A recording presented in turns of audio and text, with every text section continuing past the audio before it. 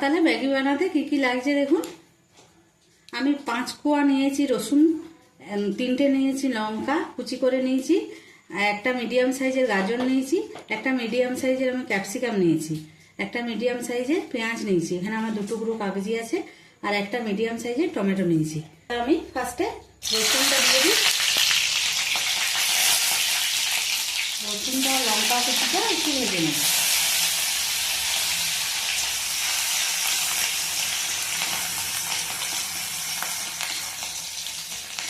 একটু ভেজে নিই।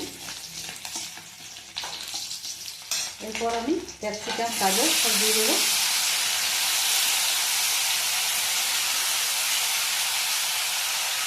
পেঁয়াজটা টমেটোটা